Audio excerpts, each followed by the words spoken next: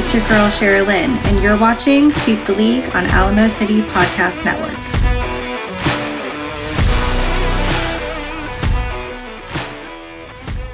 Hey, this is George Iceman Gervin, and you're listening to Sweep the League.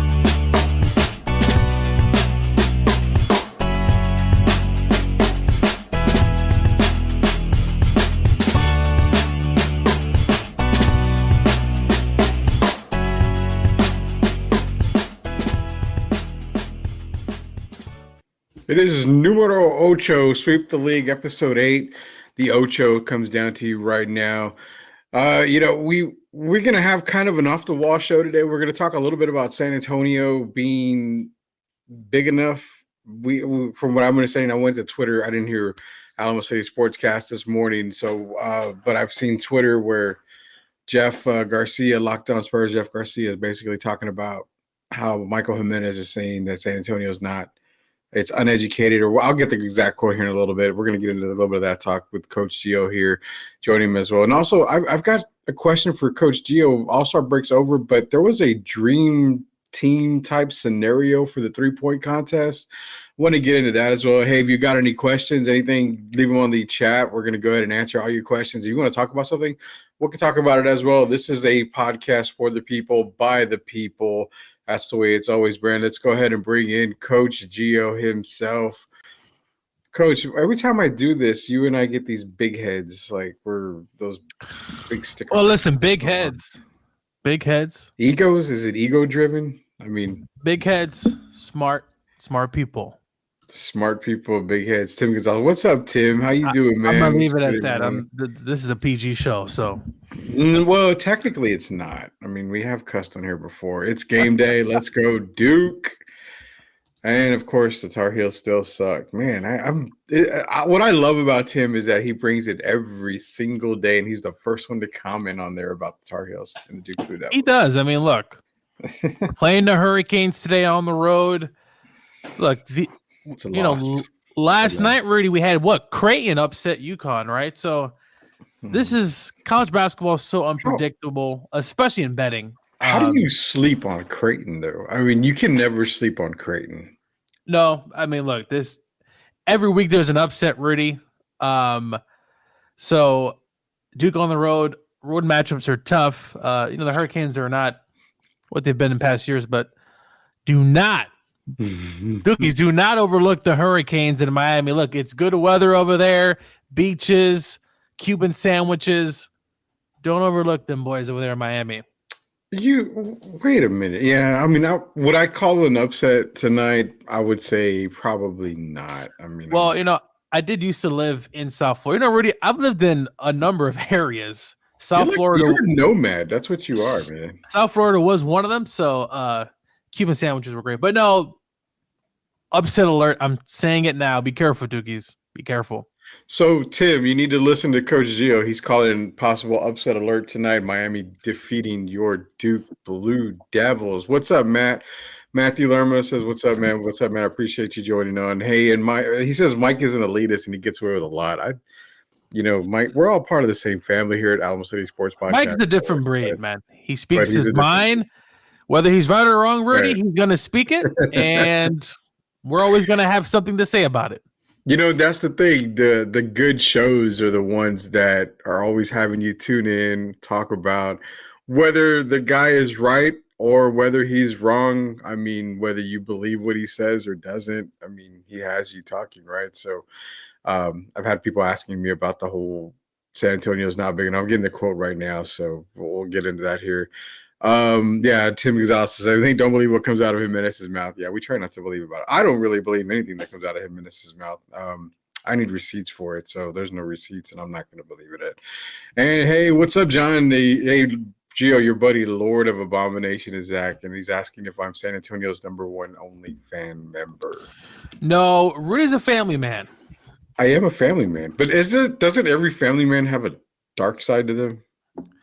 Well, isn't that a true fact? As someone who watches a lot of true crime, Rudy, I'll admit so. Everyone has a dark side. Dude, so if I had an OnlyFans, should I charge by the pound? Because I know my looks won't get me anything. Well, Rudy, feet pictures have been a pretty big thing over the last decade. I have. Dude, people get paid really good money for You feet would know. pictures. I'm sure you probably have an OnlyFans. I always listen. I come across the strangest stuff. Feet You pictures. I've come subscribe to across. it, don't you? You don't I lie. do not subscribe to any You feet don't lie, photos. man. That's not me. Oh, But I know man. it is money in that industry if you have a good pair of feet. So San Antonio, anyone out there Sex sells. besides Jimenez, if you got a good pair of feet, hey, take pictures. Wait a minute. Did you just say you want Jimenez's feet? I said anyone besides Jimenez. Besides Jimenez. Okay, I got you. I got you. No, I'm not. I guess if I have an OnlyFans, yeah. I mean, let me know, man, because I'm not getting a paycheck. That's for damn sure. I need to get a paycheck if I do have an OnlyFans out there. Tim, did y'all hear what Dan said to Blue Jay fans? I actually have not seen that at all. Let me pull up that comment here. Hurricanes are playing without Najee Pack tonight. Yeah, they're not playing with Najee Pack. Needless to say, man, this is Sweep the League. We come to you every single Monday through Friday, 2 to 3:30. So check this out, man. We're gonna do some days where we do an hour show. We're gonna have some days we do an hour and a half. So usually 2 to 3:30. So making that announcement right now, and every now and then we may come to you from 2 to 3. We both have busy lives. We both have jobs and stuff, so it kind of takes a little bit away from stuff. But nonetheless, Derek's got a family thing going on. When I say a family thing, he's got something within the Gervin, confines going on. That's nothing bad. It's actually something good. So we'll see what happens. Hopefully we'll get some word from Derek next week when he comes back on the show. Rock's going to be coming on tomorrow again. Rock finally got his car fixed. Rock finally got his phone fixed. Rock's got everything fixed. So we got all that coming on. Chris Gonzalez logs on, man. He says, this is funny, man. I just logged in and we were talking about loving feet. It went from someone saying I have an OnlyFans, which if I do, I need to know about it because I'm not getting paid. It's not me. Let's just get it out there. No OnlyFans subscription, no feet pictures. No, but you brought up feet, dude. I'm just saying it's a lucrative opportunity for some people that are listening. Potentially, we don't know. There could be some feet people listening, Rudy. We don't know. Do you have pretty feet, Gio? Would you say you have pretty feet? Pretty decent. Pretty decent. I have horrible feet. My feet are.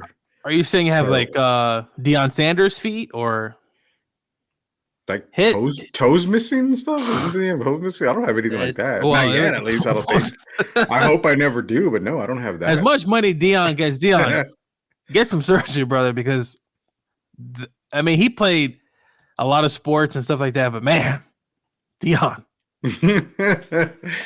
Hey, needless to say, no, I don't have an OnlyFans. It's, it'd be cool if I did. That would be and then Dar says he has an OnlyFans, but just for the articles. So yeah, he is a subscriber to OnlyFans.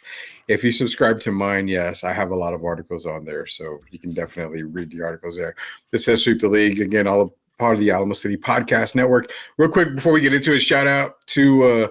So this is kind of crazy, man. We added somebody to the network today. Joe and I were talking, and on X, I hate to say X, it's Twitter to me. It's always going to be Twitter, Gio, at Chicana Fuerte. Steph is joining the Alamo City Podcast Network. In what role yet? We're still kind of working that out. But she's going to be joining us. I know for Sweep the League, Gio, we're gonna have her do a couple of things for Sweep the League, kind of similar to what Candace was doing in the past for us. Shout out to Candace Avila Garcia. She's gonna come back on as soon as we can get her back on as well. But we got that girl's perspective because remember Candace was talking about snail stuff and all that stuff when she was talking to us, myself, Stats, and Rock.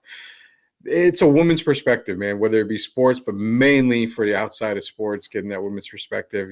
Hell, she may talk to you about maybe grooming, your werewolf feet or something. I have no idea. Oh, that's not for me, but yes, we get the tone you're trying to pull here, Rudy. Yeah, exactly. We're trying to do something like that right now.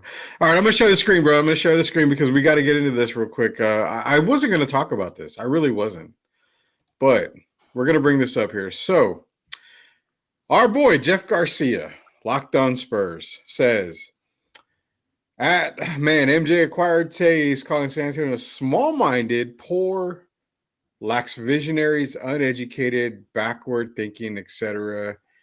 He's going to get hella cooked now. Now, I'm not one to cook. I'm here to investigate. You and I are, we're doing the investigative part. And then, Mike obviously comments, as I said what I said. We are a small market because the city and its leaders think small. How is that a defendable type thing? Because I know that pissed off a lot of people, quote unquote, pissed off a lot of people, but is he on the right step? Like, did he take the right step? Because I can honestly say I don't agree with Jimenez on a lot of stuff, but San Antonio does kind of think small, but there's a reason behind they do. Well, we've talked about in the past, Rudy, about potentially a football team coming, and we know Jerry has a lot to do with that, Mr. Jerry Jones. Mhm. I think there's some truth to Jimenez, but look, it's not what you say, Rudy, is how you say it, right? Mhm. And it's going to probably rub people the wrong way. But look, it's a small city, and, I don't agree with the whole, there's no visionaries. I'm pretty sure, Rudy, there has to be one in San Antonio. Well, Red right? McCombs was a big visionary. Yeah.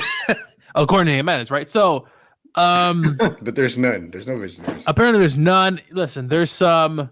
Jimenez is potentially clickbaiting us. I don't know. But He says what he says. He says what he says. He's behind what he says. And hey, I can respect that. Don't always agree, but I respect what he says, but might be going a little bit off off the ledge there. So again, I look at both sides of the spectrum here. I take both sides and I look at it before I make, my decision. I don't go out and spew bullshit all the time, just to say bullshit. I don't do anything like that. But here's my thing. San Antonio small market, seventh largest growing fastest city, whatever, in America. So they're ranked number 7. They're ahead of, I believe, and I have the list here, which I'm going to take a look. I'm not even going to post a list because it's too small to read. They're ahead of cities like Dallas, obviously Austin. They're ahead of them. San Francisco, Indianapolis. I mean, they're ahead of a lot. They're ahead of Boston. I mean, San Antonio's ahead of a lot of cities already. Now, what San Antonio lacks compared to other cities that have multiple teams, Gio, it's space. Where in the hell are we going to put, a massive updated football, dome or stadium? Where are we going to put, hell, we basically shipped the chanclas to the south side of San Antonio and said, here's a little piece of land, develop, your little field there. You can't even get your minor league baseball team in a decent area. So, to Jimenez's point, it's not that San Antonio is small-minded, poor, all that stuff. Yeah, I mean, we don't have all the money in the world, San Antonio. My biggest thing is there's no part of the city to put anything at. You're gonna have to spread shit out in order to put, a big ass stadium, to put a brand new Spurs arena. You can't throw everything downtown because there's literally no downtown. Well, I mean, look, I lived in Chicago. As you know, Rudy, the Bears are trying to potentially move from downtown to the suburbs. Why not San Antonio build something in the suburbs, Rudy? Is that not something that could be possibility? The Bears want a indoor facility in Arlington Heights. I've been to Soldier Field. It's downtown is just not. It's terrible to get to. So for San Antonio, look. Suburbs is probably the way to go. Downtown, I've been there. Obviously, it's been a while since I've been to San Antonio, and it was already pretty. It's like a small town, Rudy, but trying to get that big city feel. But for a sports franchise, I don't think you need to always be in downtown. You could be in the burbs, and that probably makes the most sense. I like that because San Antonio has an area. It's Retama Park. It's over in Schertz. It's Cibolo. I think, to me, I've always said that's probably been the best area to put anything in. And I like that area because you have Retama Park. Now, do you get rid of Retama Park? I mean, you really probably can, even though you would like to, but there's still a lot of land out that way that you can develop on. It's just north of 35, and It's a growing area. I like that, but you got that's my problem. It's like you say, "Hey, San Antonio Spurs, we're going to build an arena, north of San Antonio." Then you have some of those people out there that are like, "Well, good God, now you're getting close to Austin. Why are you getting close to Austin?" It means nothing like that. I mean, there's more paranoia in the city than what Jimenez basically says. Yeah, no, I mean, look, there's some truth there. There's some underlining truth. Could he delivered better? Yes. Remember, Rudy, it's not what you say, is how you say it, how you deliver it. And Jimenez was. Why don't you go being on the show Jimenez. and tell him? Why don't you go on the show and tell him something? Listen, the coach has no problem going on any show Ooh, and I saying like what that. he has to say, whether it's about the Georgia Bulldogs, the Los Angeles Rams, the Seattle Mariners are on the rise, and the Duke Blue Devils, and many other facets of sports, and also just life in general. But look, San Antonio, don't worry about what Jimenez says. There's a dreamer there somewhere. there is. Maybe we can get him on the podcast. I don't know. Yeah, I don't think we have a dreamer out there that is going to donate all this money to build all these stadiums and all, because the money's not there, dude. Let's be real. I mean, you're gonna, if you get a franchise in San Antonio, you're probably asking the team to pay for a majority of it, or at least half of it. I mean, these days, Gio, how many owners actually want to pay for a brand new stadium? They don't. I They don't mean, want to pay for it at all. Look, St. Louis sued Stan Kroenke and the Rams for leaving because he didn't want to, quote unquote, really do anything with that stadium. But look, San Antonio, don't worry. Maybe in the next 20, 30 years, you might get another team. Baseball is expanding, Rudy, right? Yeah. They made the announcement. Markets. They made the announcement. Nashville and Charlotte. But I think they said Salt Lake City would be a team that's ready. I lived in Charlotte for a bit, so they're itching for a baseball team. But San Antonio, put your bid in there. Well, I mean, there's so much, that's where there's so much land outside of the city. Yeah. That you can do it on. But, build a stadium on the west side, like going to Hondo. Okay, so you put a football stadium dome out 90 West going towards Hondo. Great, fantastic. But, then you have a Spurs arena north of 35 in Shirts. Well, hey, now we need a baseball stadium. Where are we going to put that? I mean, we're going to put that in Atkins, Texas, just going outside of San Antonio. Like, you're going to have to spread it all out. And that's my problem is, when I lived in Cincinnati, you had where the Reds play, like Paul Brown Stadium, we had all that stuff right around there, right on the river. Everything's there. I mean, Xavier University was down the street where we used to watch basketball games.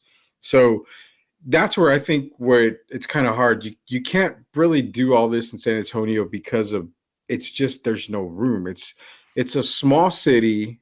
It's a large city based off population, but there's just no room for anything. It's like buying a 2,000 square foot house trying to fit 4,000 square foot worth of furniture in it.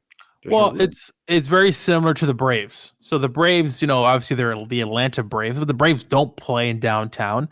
They play close to Marietta, Georgia. So, and it's a beautiful facility there. San Antonio could do something like that. Though, Rudy, is baseball something that the city would be interested in, you think? Or is it kind of a pipe dream, would you say? It's more of a pipe dream, baseball. Because you already have the Rangers and you already have the Astros. Cheetos. I mean, the Astros. I get it, but would baseball bring excitement to San Antonio? Honestly, man, it's like everything else, dude. I mean, UTSA football was very exciting in the beginning. Then, it's hard for them to get people to go to the games. Started winning. Jeff Traylor came in, started actually making it to bowl games. Bam, dude, stuff, more people were going to the games, and then all of a sudden they lose a couple games. It kind of goes down, down, down. You're seeing it with the Spurs, pre-Victor Wembanyama. I mean, there's really nobody at the games, man. It was a ghost town at most Spurs games. So my thing is, can San Antonio support more professional teams? Possibly. But will they support it over a long period of time?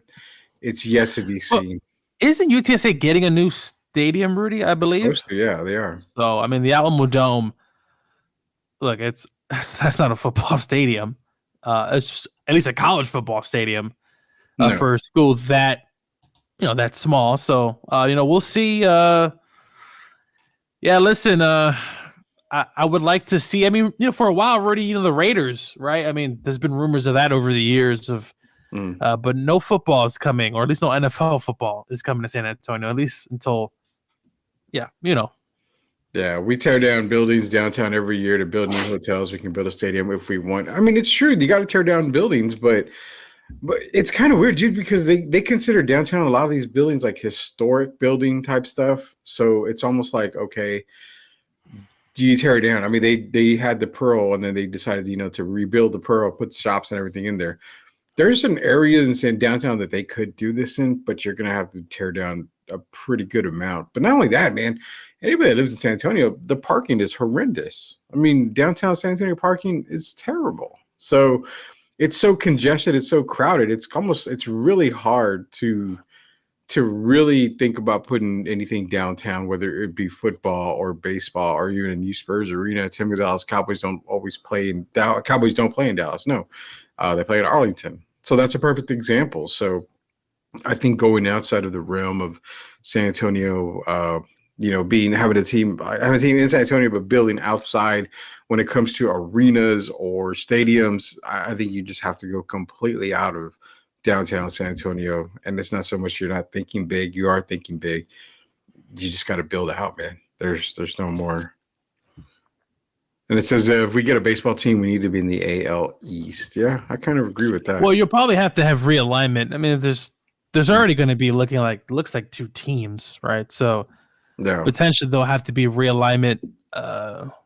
Yeah, I could see them being in the East. I mean, the Rangers and the Astros are already in the East, so makes sense. It is. Hey, Sweep the League comes to you every single Monday through Friday, 2 to 3:30. Most days, like today, we're going to do 2 to 3. We're only going to give you an hour's worth here, talking about Jimenez's comments, which again, this kind of like a bad fart. They fills it out every now and then. You just got to let him pass, basically. Now, we love Michael Jimenez. So you want to catch him every Monday through Friday at 10:15 to about 11:30. Him and Joe Garcia with the Alamo City Sportscast in the mornings. They get your day started. Brandon Medina has his show, Generation Duo, keeps a network rolling. And then you got to put up with us in the afternoon from 2 to 3, 2 to 3:30 here on the Alamo City Podcast Network. This is Sweep the League, Coach Gio and Rudy Campos Jr. Derek will be back next week. He's got something going on with Team Government, basically, is what it is, from what I'm understanding. So he'll be back next week. Gio, I'm gonna bring. Let's see if I can bring this part up right here, because I'm trying to bring this dream scenario. Dream team, baby. It's not even like a dream type thing. I'm trying to bring here. So with the 3-point contest, that was actually one of our biggest conversations in talking about the 3-point contest. And then this popped up on my Facebook thing. I was like, man, I was going to say MySpace. MySpace is a long time ago. Would I have made your top 8, Gio, back in the MySpace days? Well, I was in high school, Rudy, so I was underage. You didn't have MySpace even in high school? Yeah, that's what I mean. Well, do you mean while me and you would be in high school? Wow. Is that what you mean? Would I have made your top 8? If MySpace was right now, would I be in the top 8? Yeah. If you had to put a song, a video on your MySpace, what would it have been for me? If it was a video, I would put Can You Take Me Higher by Creed. It's you and Creed, man. Oh my God, you and Creed. So somebody said this would be a dream 3-point contest. And actually, yeah, dream 3-point contest.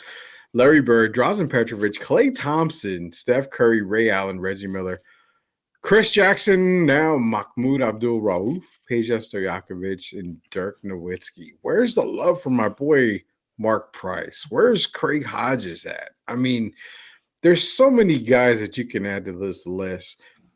If you had to eliminate 1 or 2 guys off this list and take somebody else on, who would it be, man? I like Dirk, but I don't think I would have Dirk in that list. I wouldn't have Dirk in this list. Peja won back to back, Rudy. So, I mean, it's pretty respectable. I'm not saying Dirk didn't, but it's just, if I'm going to take someone, it's going to be Dirk and I mean, probably Makdur Rauf. I mean, it's so Really? hard. Damn. Would you take Reggie out? I mean, who are you taking off, Rudy? Man, so definitely Dirk would probably be. Yeah, no, I think Dirk's number one. I mean, Page just shot a lot of three. I mean, look, it's tough either way, Rudy. Isn't this kind of where you may have to just say, okay, we're gonna have to expand it to like 18 guys because there's so many damn good 3-point shooters in there. Dirk's one. You know what? I would maybe say Mahmoud Abdul-Rauf would be there, but oh man, who would you replace Dirk with though? I mean, you know, we obviously talked about Craig Hodges, right? I mean, Mhm. he was a legendary performance. Look, Steve Kerr had a good run. I mean, I would probably take out Dirk and put Steve Kerr. Okay. Wait, Steve Kerr over Craig Hodges and Mark Price? Are you kidding me? Rudy, I said what I said. All right, Gio Jimenez. I mean, I know you want to just say stuff to say stuff, but that's pretty ridiculous, right? I wanted to give you a name, Rudy, that was a little bit different than what we've already been saying. Why don't you do like Michael Redd or somebody like that? I mean, geez. I mean, come on, man. Steve Kerr. Steve Kerr would not make it. What? I think a 45% from 3-point in his career. I mean, I think, and he won as well. So it's not like he wasn't a former champion, Rudy. I'm just trying to give you a name nobody knows. We already know what. Yeah, that's what I'm saying. Keith Van Horn. That's another big what if, Keith Van Horn. Like, I mean, didn't have a bad career, didn't have a productive career, like super productive, but I mean, he was serviceable. I would say that. Dude, so Jeff Garcia is asking if Chris Jackson, aka Mahmoud Abdul-Rauf, was playing in this era, how much damage would he have done, and where is Curry in this multiverse? Now, if Curry, let's tackle the first one, Mahmoud Abdul-Rauf, scoring wise. Fair to say he would be averaging 23, 24 a game? Yeah, no, I think that's 23, 24, potentially 25. Best shooter in the game today? I would say I mean, look, if he's playing in today's era, that means he's jacking up shots, right? I mean, so the percentages are probably going to be in his favor. It's going to be something that he works on. And he was, in his day, you know, I know he had some things happen to him, but while he was in the league, Rudy, he was a bit of a problem. He can play. You know, I know he played for the Nuggets, and at that time, you know, they're okay. They did have the big upset, right, with over the Seattle Sonics, right? I mean, so they had Mutombo there, Dell Ellis, some really good players. But look, in his day, Rudy, you're looking at 23, 24. He's probably going to shoot a high percentage. And just imagine if he's with the Nuggets. I mean, with Jokic, his opportunities are going to definitely increase. Jokic is a pretty high assist guy as well. So if he's with the Nuggets now, I mean, you're looking at a bona fide 23 and 24 is probably the number I'm going to give him. Now, if he's with a terrible team, Rudy, he's probably 27, 28. I mean, very possible. Way better. He would rank higher than Clay shooting wise in this era. I mean, who else are the other shooters? Dame Lillard? Would you put him over Dame? I think I would. I would put him over Dame. You know, speaking of Dame, I'm not going to remember the Bucks, but I'm just saying, if that's the preview, Rudy, your little thing that you said about the Bucks is in jeopardy. But we'll talk about that another time. How are you talking about that? Bullshit. How are you talking about it? You think just because he wins All-Star Game MVP? He wanted to prove a point. He wanted to prove a point. That is the best coaching Bucks job that Doc Rivers would do all season. You know, I saw that little jab comment you made, Rudy. Look, show some respect for Doc Rivers. Come on. For what? The guy rode coattails to his title. I mean, what else has Doc Rivers done? I mean, by all means, I'll give you the platform. What has Doc Rivers done? Hey, listen, he's a He's good NBA terrible. coach. Unfortunately, you know, he's come up small. His teams have come up small. Okay, look, he's a coach. His players have come up small. I'm not saying that it's Doc's complete responsibility of his teams having disappearing acts as if they were working something in Vegas. But look, I think Doc's still a good coach. I think he's top 5 best coach in the league. At what point do you stop blaming the players, Doc?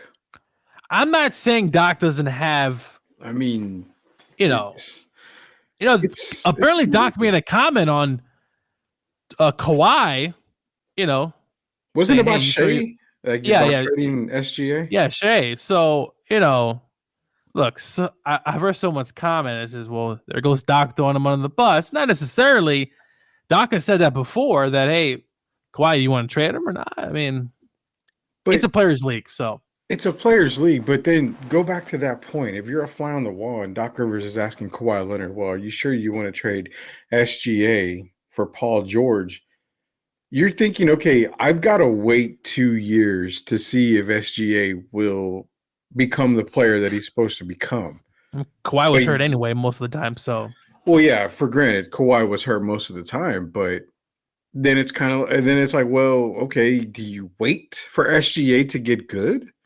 Or do you get Paul George, who's a perennial all-star, to help right away? I mean, let's His be real. ceiling, his ceiling is higher than George. The Clippers have sucked for years, whether they've had, or you're going all the way from Danny Manning all the way to now Kawhi Leonard and Paul George. I mean, Michael Olamakandi.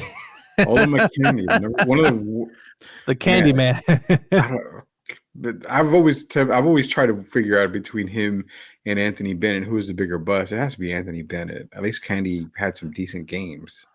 Yeah, no, Bennett is probably the worst. No, probably no. He is the worst, man. I mean, if you look at some of the other guys, at least they had some success. I mean, it's if you look at his highlights, I mean, the guy came out of nowhere. He was playing well, and then boom, it was just he got drafted. He was terrible, absolutely disgusting. No offense, man. No, I'm not. I don't take offense to it. Anthony Bennett was terrible. Hey, this is Sweep the League. We're going to Monday through Friday, 2 to 3:30. Most of the time, sometimes it's going to be 2 to 3.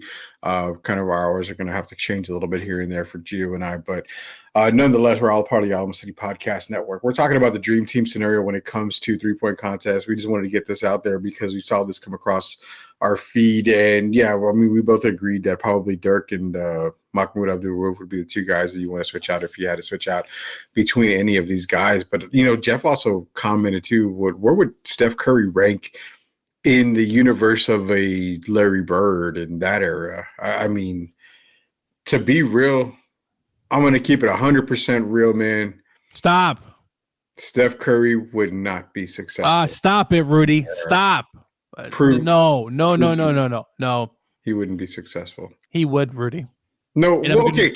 How do you measure success? Because, and yeah, Kwame Brown of the Wizards, he was actually not that bad compared to Anthony Bennett. That's what I'm saying. He actually had he averaged 10-7 with the Lakers. I mean, Rudy, that's not terrible at the end of his career. I mean, man, there's a lot worse you can do. Rudy, look, if you throw Steph Curry back in time in a time machine, he's going to adjust. He's going to adjust with what the game is. Now, that's what I'm trying to say.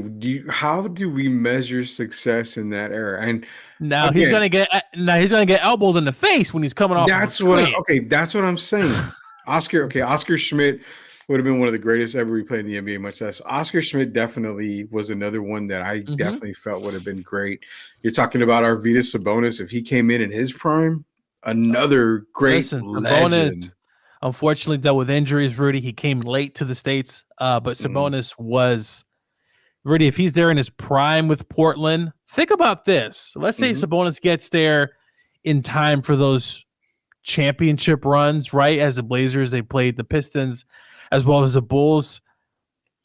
I'm just saying this: a prime Sabonis, potentially maybe coming off the bench, Rudy, or probably starting. I don't know how that's going to work out with some of the bigs that the Blazers had at the time, but no, that's Rudy.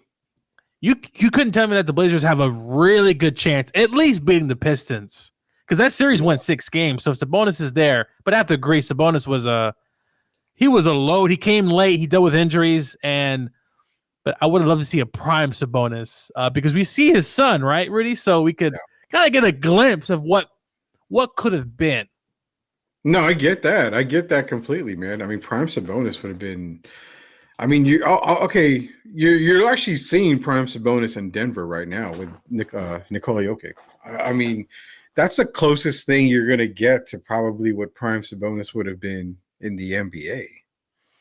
Easily. Oh no, easily would have been that. And I mean, look, he's we talk about stretch fours, and obviously Sabonis is bigger than a 4, right? But you talk about the evolution already of that guy stepping back, right? What did a lot of the bigs do back in the day? They post up, right? Hook shots. Yeah.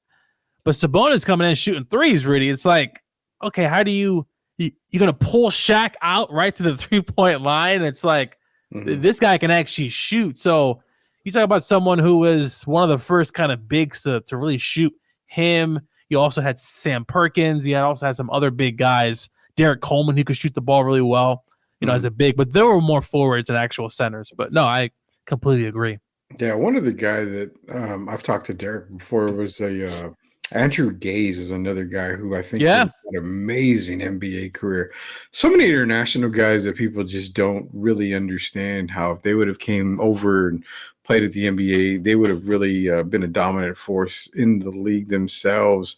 So pretty much everybody's in agreement, man. Dirk Nowitzki, Chris Jackson would probably be off the list. People are saying Clay. I even said I would probably eliminate Clay on this list. I don't know, a great shooter now, but we're going to go to the Curry talk, man. I want to go to Steph Curry because you and I went back and forth a little while about it.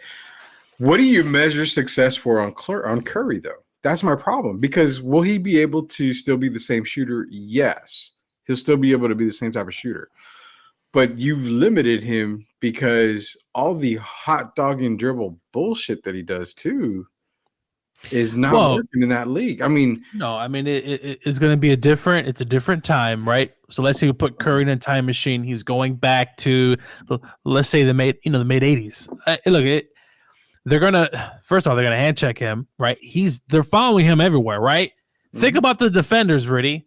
Jordan's long, Ron Harper was long, Scottie Pippen was long. A lot of long defenders back then who could really get you into kind of confined space. Reggie was good because Reggie was, a guy coming off of a lot of damn screens. Yeah. But Steph is not as tall, right? I don't think he is definitely as tall as Reggie was. So I agree with you. His game's going to have to change to a certain extent because it's a physical game, Rudy. I mean, we talk about this all the time. Rudy, when you came to an NBA game back then, you bring your lunch pail to work because you knew if you're playing the Pistons, Rudy, good luck, right? I mean, they had the Jordan rules, for Christ's sakes, right? A book on Jordan. So Steph would have to adjust his game. He's probably continuing to come off picks. Reggie wasn't obviously as good as until the mid 90s when he really, really got going. Like you really saw him, especially in 95, 96, 97, and so on. But look, Rudy, it's going to be tough because someone's going to elbow him in the head. He's going to get knocked down. It is going to be a physical game. So I do agree to a certain extent. He's going to really have to change his game because, look, Jordan also had to change his game. Jordan had to improve his jump shot, Rudy. Like, these are things that obviously Curry can shoot the ball at a high percentage, but he's going to have to pick his spots. So, but what does he change? Steph Curry is regarded as one of the greatest, and I hate using this stupid part, but one of the greatest, if not the greatest, is what other people are saying, the greatest shooter in NBA history. Well, okay, he's going to have to average more assists. So he needs to take the mold of not necessarily a John Stockton, because John was probably more confined to that offense. John probably could have more points under Jerry Sloan, but I think the assist-wise, that needs to go up. Assist goes up, playmaking ability, we might just see a different type of Steph. I still think he's going to shoot a high percentage, Rudy, but the hot dogging and all that stuff, when he's coming to the lane and you got Terry Cummins down there and you got Patrick Ewing and you have, the bigs that you had, that's the hot dog is going to stop.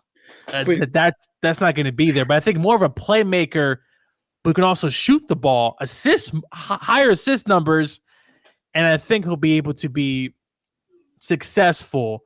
But he can also, the 3-point shot, Rudy, I mean, look, he can shoot from damn half court. So wasn't okay. So again, I it's kind of weird. This is one of those magic time machine type things where you're sending him back in time to see. You're right. I mean, he's not driving to the lane. There's no way. No. But that's what I'm saying. So higher assists, right? Better does he average 20 points a game? Yeah. Yeah. You think so? Yes. Not 30, not 35. No, that's not going to be his thing unless he puts muscle on that body. I mean, I don't know, but he's probably averaging 20 to 22 points a game. I mean, look, some of the great scorers in the 80s, I mean, you had Sidney Moncrief. You had guys who can make. He's going to have to change the game. He's not going to be, I mean, Rudy, you've seen these NBA games. You got guys just jacking up shot, no hands in the face, stop and pop. It's like John Stockton, which we know, Rudy, from a lot of point guards in his day, said, hey, John was very very dirty player, right? Yeah, and that's what I'm saying. John would put his foot underneath, as a shooter. John Stockton's supposed to let the player come down, Rudy, but he did a lot of that, over the line type of stuff where he would put his foot out, and then what happens? Boom, you sprain your ankle or you get into a tussle with him. So that's my thing is Steph's going to have to change his game to be more of a playmaker, but I still think he can shoot the ball. So that's still going to be in his favor. But the days of going around, driving through the lane, free willy, and just disrespecting players the way he does to a certain extent, that's going to stop. There's no way he's doing that. So, I think you said it best. Probably he would average 20. I think maybe he averages 20 depending on the team. I mean, if he's on Boston, he's not averaging 20 with Boston. That's kind of more of a team-oriented type team right there. No, I mean it's what team does he go? Because I even look at Gio, a guy like Alvin Robertson guarding Steph Curry. Steph Curry probably has maybe 6 points that night. 7 points. That's what I'm saying. So we talk about Rudy time and time again, right? The teams back in the 80s and 90s, the role players knew their roles, right? You knew when this person comes in, he's going to be a goon. He's going to be a defensive guy. He can shoot the ball really well. A lot of guys knew their roles. Also, teams were smaller, right? So you didn't have as many NBA teams. So, and also the defense, I mean, Rudy, you could do whatever you want, really. I mean, so a lot of low-scoring games. So, I mean, look, as I said, Steph's going to have to change his game because when he's being guarded by John Stockton, Gary Payton, Magic Johnson, depending on when he came in, Rudy, think about some of the teams. I mean, even the Atlanta Hawks. I mean, look at the athlete. People like to talk about 80s and 90s. Oh, they had no athletes. I'm sorry, man. Go look at some of those teams, Rudy. Pretty stacked. Look how many teams. You had the Hawks, right? With Spud Webb, Doc Rivers. Dominic Wilkins, Moses Malone, Kevin Willis, Stacey Augmon. There's so many guys, just so many athletic and can really press you. So it's going to be tough defensively for him to get past these dudes. So look. That's crazy, man. Who would win in a fight between Draymond and Rick Mahorn? I'm biased. I'm taking anybody over Draymond majority of the time if you're going to bring somebody because I think Draymond he's a lot of talk, man. He is a lot of talk. Well, I mean, look, he did punch his own teammate. I mean, that to me, it does show Rudy has a little bit of a screw loose, though. He does have a screw loose, but I think he's all talk.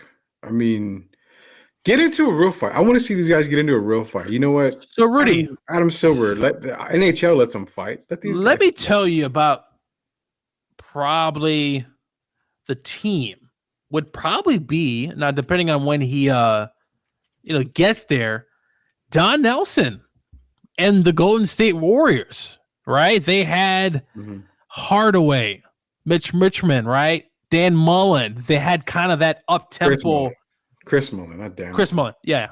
Yeah, no, not that idiot Dan Mullen from Florida, former coach. Chris Mullen, I mean, Rudy, that offense, that would probably, which is kind of ironic because he plays for the Warriors, but I mean, Rudy, that offense, the TMC, that could work. That makes more sense to me. Now that's where I see him being more successful as a team like that, just a run and gun type team. Yeah. But you didn't have a whole lot. I mean, let's think about it. I mean, the Lakers is another fit for him at that time, with Magic running the game. That's probably going to benefit his game a lot.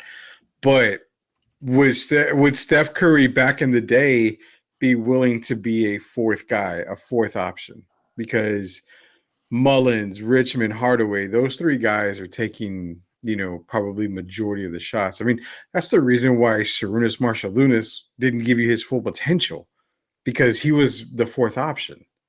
Sarunas on another team, he's probably the second option, third option, maybe at worst. So, could we agree that Don Nelson was kind of not necessarily the innovator, but you saw a glimpse, Rudy, of what that offense could be, and now it seems like everyone has some sort of offense like that. And, Don also pioneered the stretch four, but also the Sonics did something very similar as well. So, look, Steph is probably, you're looking at the Warriors, Rudy, is probably, at that time, probably the best fit.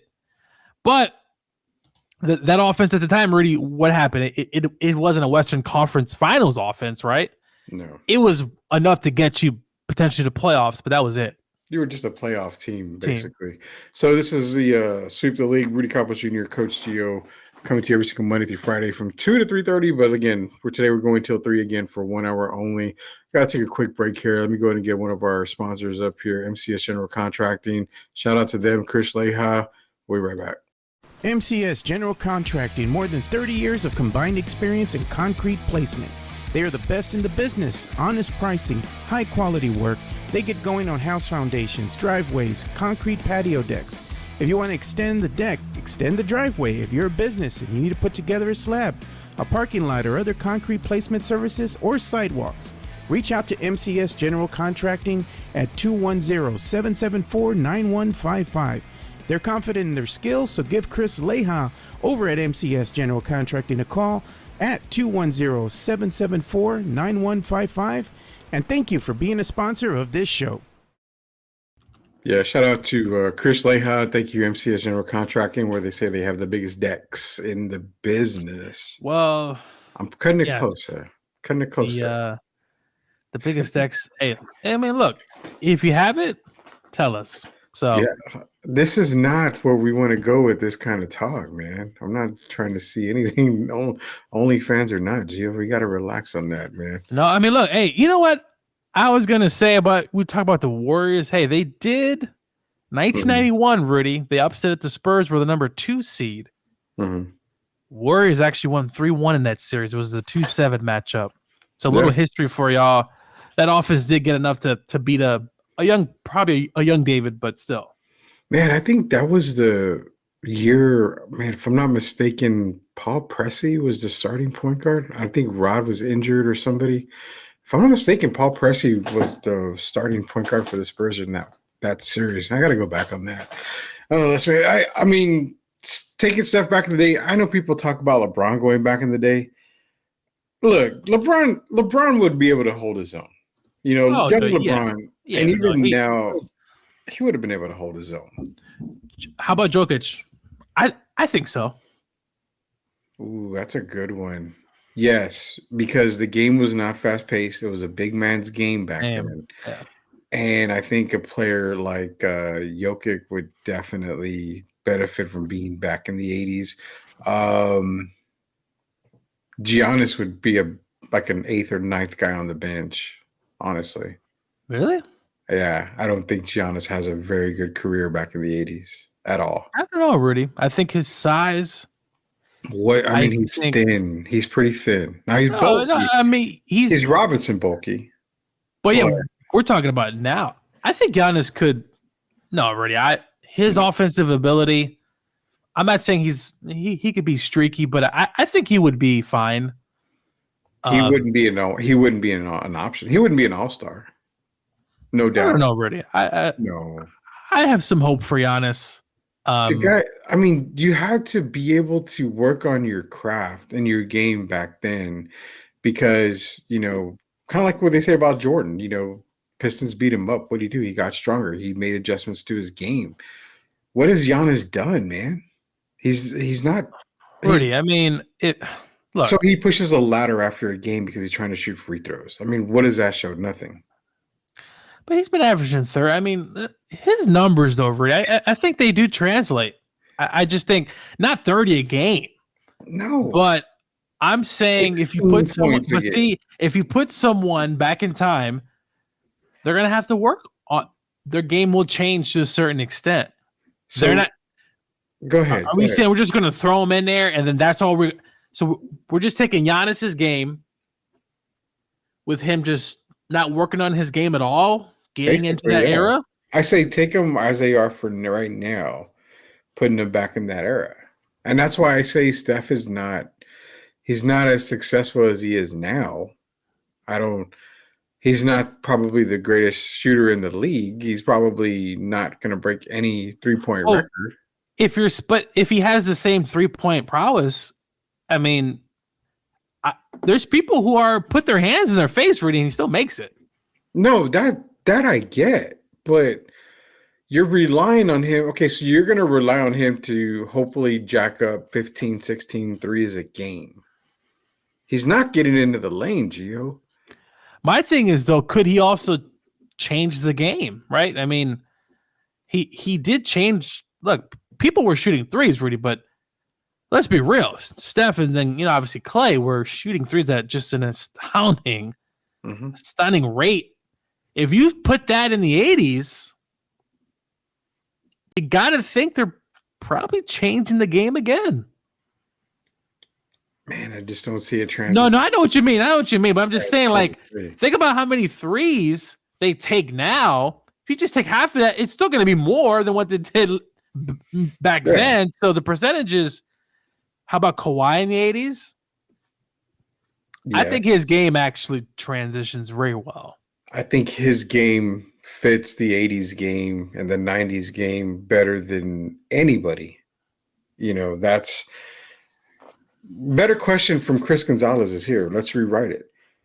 Is Kawhi at Jordan level? If we're talking prime Kawhi, peak Kawhi, prime Kawhi Leonard, God, when I look at him and he's prime, Gio, he's healthy. That's what I'm saying. When he's healthy. Oh yeah, when he's healthy, because we talk about Jordan's defensive. Yeah, he could defend first team all defense for a long time. He won the defensive player of the year as well. You're talking about Kawhi, he's a two-way player, and there are a lot of those back in the day. So I think Kawhi's game would definitely transition to a very high efficient player. Now he's on the Clippers. I don't think he would be, in a perfect world, he probably wouldn't be on the Clippers in the 80s. But look at, if you think about San Antonio, imagine his game with David back then. I think that would be a match made in heaven. So, no, Kawhi's game, Paul George, I think would be good. I think prime Paul George, who's also a two-way player. Now, one guy I want to bring up, Rudy. What's up? How about Carmelo Anthony? We talked about Carmelo. He's been in the news with George Karl lately, but Carmelo's game, I think he was a better defender than what people give him credit for. He had the size. He was a bit, a little bit of a, I don't want to say chunky, but he was a little bit of a thick player. I think Carmelo's game would be very interesting because though his game is more one-on-one, right? So very similar to Mike back in the day, more one-on-one, and then Phil Jackson comes in, the triangle offense changes Jordan's game. But I think Carmelo would be a pretty good player. I think Carmelo transitions probably like maybe Vinny Johnson, the microwave. Just kind of get you buckets from here and there. Is he a starter? I think he's Well, a the starter on difference the right is team. that with Carmelo's size, he could take you on the post, though, Rudy. He can. I mean, Vinny was a post guy too. No, And for yeah, I his know what size, you too, mean. he could be a post guy. I mean, um, It's just so hard, man, with the to put the game back where it was in the 80s and 90s and even some of the 2000s. It's the rules, right? I mean, yeah, that's what they're saying. I mean, you can't touch the guy or breathe on him without getting a foul called. So that's why you've got free reign and free game and 200-point, all-star games. I mean, oh yeah, I that's mean the rules are that's probably going to be the catered. norm. I mean, for No, all-star games. Now that I'm thinking about it, but I mean, you're Carmelo.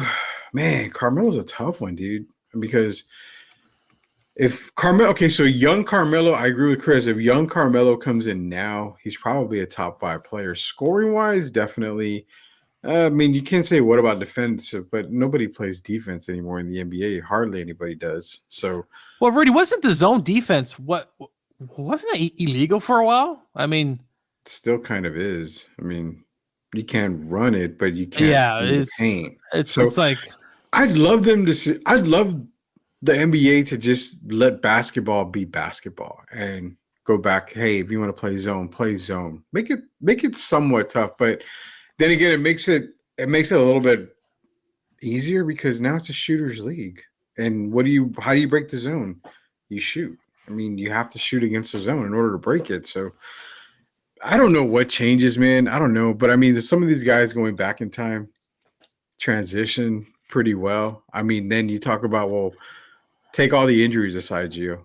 Larry Bird in today's league, probably 35 a game, 33 a game. I mean, yeah, Larry's listen, go on YouTube, TikTok, whatever you got. Go watch videos of Larry Bird. Also, Rudy, his trash talking was legendary. It's some of the most legendary stuff you ever hear. Larry was a bad man, and Larry's game would have been perfect. I do feel like more like Carmelo's game would have been fine. I mean, he can shoot the shot off the elbow. He can post up. Now, the game, obviously, Carl would have to shoot his damn free throws better, but I think Carl's game, David Robinson's game would have been, man. He'd be an MVP talk just about every year. Him flying, he stood healthy for the most part. Obviously, he did mess up his back in 96, but I mean, David's game, Patrick Ewing, I think will be fine. But the problem is Patrick's just your traditional 7-footer, right? So too slow, man. He's too slow. But hey, if you got an offensive guy who can shoot what I'm saying? He can shoot the fadeaway shot in the post. He could post up. That would be worth something to me. Yeah. But David's game, of Rudy, Hakeem Olajuwon. Oh, dude. That you and I are gonna love talking about crazy. You know what? Hakeem in today's game. We'll talk about it. Let me I don't mean to interrupt you. We're gonna talk about that, and we can't talk about it today. We'll talk about it Friday. So tomorrow we're off. We're not gonna be here tomorrow. We're not gonna have a show tomorrow. Tomorrow Sweet Delay goes dark, so we will be back on Friday. But we are gonna talk about that because Gio, I know I love me some Hakeem Olajuwon, but transitioning to today's game, I don't think he's as dominant as we would expect him to be. I think he is. I think he's Jokic, but slimmer, and he can cross over, and his handles, Rudy. You're talking about a guy who can create his own shot. He also has handles as a big man. Not every big man has. Most big men don't have any handles, and he's athletic enough to where. And Rudy, he was actually his defense. I mean, he was one of the great defensive players in his time. So maybe I'm a prisoner of the moment, but I think David and Hakeem, Shaq would have been basically Joe Embiid, but just also unguardable to Rudy. Like, imagine Lakers Shaq in today's NBA. I mean, the game is so fast, he would have to be in better shape, clearly. But that's what I'm saying. I think with Shaq, he would have to be in way better shape. But he just dominates the paint. Where Hakeem is a outside threat, but where I say he's not as successful in this today's era, I he's think not, the old he's heads. not Joel Embiid. I think Derek would disagree, Rudy. No, and I can almost guarantee you he would disagree with it. And I'm not, but that's what I'm trying to say, Gio. I'm not saying he's not going to be dominant. He'll dominate in today's game, but I don't think we get domination the way he did. Well, he's probably not having the ball as much. Exactly. That's the problem. Now Joel Embiid does get the ball a lot, but the game. But Joel Embiid's a lot better shooter than Hakeem. I don't know, Rudy. I think Hakeem in his prime could. Mm-hmm. I mean, look, it's never going to happen, Rudy. I wish it could, but we're just talking all dream stuff here. We're going to do more because it's Flashback Friday, and Tim Gonzalez is no show tomorrow, man. He's loving this topic, and this is the kind of stuff that we talk about. And don't get me wrong, Tim, we talk about it when it comes to NFL and MLB and everything else. So it just so happens we get on a little NBA, talk right here, so it goes further. Baseball season's coming up, Rudy. Yeah, so got to talk baseball. And Derek Jeter, we still haven't got to the Derek Jeter being overrated talk. I guarantee you, he's overrated. I disagree. Oh my God, I disagree. I think Jeter. The Yankees made Jeter, dude. If Derek Jeter is on the Arizona Diamondbacks, he's not a Hall of Famer. He's not a Hall of Famer. Listen, Barry Bonds, Hall of Fame. He did it in Pittsburgh and he did it in San Francisco. Also, listen, before we leave, Sammy Sosa. No, he's never tested. He never tested positive, Rudy. I understand he changed his skin color, but that shouldn't matter. That shouldn't matter. He never tested positive. It has nothing to do with that. I've never seen Sammy Sosa as a Hall of Famer. One last thing. What's up? Pudge Rodriguez. Hall of Famer. He's alleged steroid use as well. He also played for the Rangers, which, by the way, the Rangers. He was with Jose Canseco, the Rangers. Yeah. Mm-hmm. They've had a lot of steroid stuff. Juan Gonzalez. Yeah. And then also Rob Parker, which I'm not always a big fan of. Rob Parker said there was an off season where Pudge Rodriguez lost about 40 pounds. It was after the whole steroid thing. And Rob said, what'd you do to lose all the weight? He says he was walking and eating salads. Bull crap. I call bull on that. Living proof. I lost a lot of weight just by walking and eating Rudy salads. Pudge Rodriguez. Jeff Bagwell rumored. Well, Jeff Bagwell. Okay, Bagwell was Big Poppy was on that 2003 list. I could pull it up for you. He was on the list. Yeah, I know. Poppy was. And he's in the Hall of Rudy, if you let one guy in, you got to let them all. Mike Piazza was rumored for a long time. Mike Piazza's in. Piazza was rumored about other stuff too, but we will never get Mike Mussina's in the Hall of Fame. Don't get me started. Some of these guys who are in the Hall, man. So are we talking? We're gonna have to talk some Hall of Fame here pretty soon because we can go on a major rant when it comes to Hall of Fame talk, man. Hey, and Chris is right. Sammy forgot English. Yeah, Sammy does not deserve to be in the Hall of Fame. Dude, he hit over 600 home runs. I've never seen Sammy as a Hall of Famer. I understand that, Rudy, seen him as a Hall of Famer. But the stats, it doesn't 600 home runs. He never tested positive. Honestly, I don't even see McGuire. Okay, McGuire, we could see. I can understand that, but if not for the streak to beat, to get over Hank Aaron's record. I mean, if not for that, what the hell? What have they done? They saved baseball in the summer of love. I mean, look, baseball knew they voted Barry Bonds for MVP, Rudy. They knew what was. Listen, the writers knew, Rudy. The guy's head was exploding. Okay, you voted for him then. When it's time for you to vote for his ultimate prize, you don't vote him in because quote unquote Barry was a bad guy. Yeah, he wasn't a very nice guy, Rudy. He was a you-know-what, but that shouldn't matter. Barry Bonds should be in the Hall of Fame. He was a Hall of Famer in Pittsburgh. And say what you want to say in San Francisco, but Rudy, you still got to hit the ball. You still got to hit it. I believe you, and I agree 100%. And what he did, that little bat in his hands, I rest my case. And Kurt Schilling should be in there too, but Kurt's had I have no idea why Kurt is not. He's had a lot of issues with the media and some of the things he says, whatever the case may be. But the writers, Rudy, 100%, Gio, you're writers. You're right. The reason why is because you have nothing but old school writers voting these guys, and you need new blood to get, guys. And now I'm not saying make it easy for you to get into the Baseball Hall of Fame, not by all means. But what I am saying is you have players that deserve to be in the Hall of Fame. You have guys that have rewritten baseball history. I don't care about steroids or not, just rewritten baseball history. And that's what I don't understand, why these guys can't get in. And nonetheless, man, hey, we're going to talk more about Hall of Fame here. And yeah, we do not have a show tomorrow. We are going dark tomorrow. We'll be back on Friday.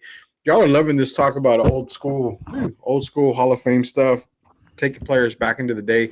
How about we just do Flashback Friday? Flashback Friday. Unless a major topic comes up, major Spurs topic or something, we'll do Flashback Friday. We'll talk into some more old stuff. You guys bring all your questions. And I'm making an announcement, Gio, here. We're actually working on getting a phone line so everybody can call into the show. So that way we don't have to do this whole YouTube comment stuff. If you got shit you want to say, if Tim Gonzalez wants to call it and say, screw the Tar Heels, then he can call it and say, screw the Tar Heels. We're getting our own phone line. We're going to work on that here pretty soon here. This is Sweep the League. We appreciate you guys for joining in. For Coach Gio, Rudy Campos Jr., until we sweep the league again next time, which will be Friday, not tomorrow. We'll sweep the league again next Friday. Till then, we'll see you later, knuckleheads.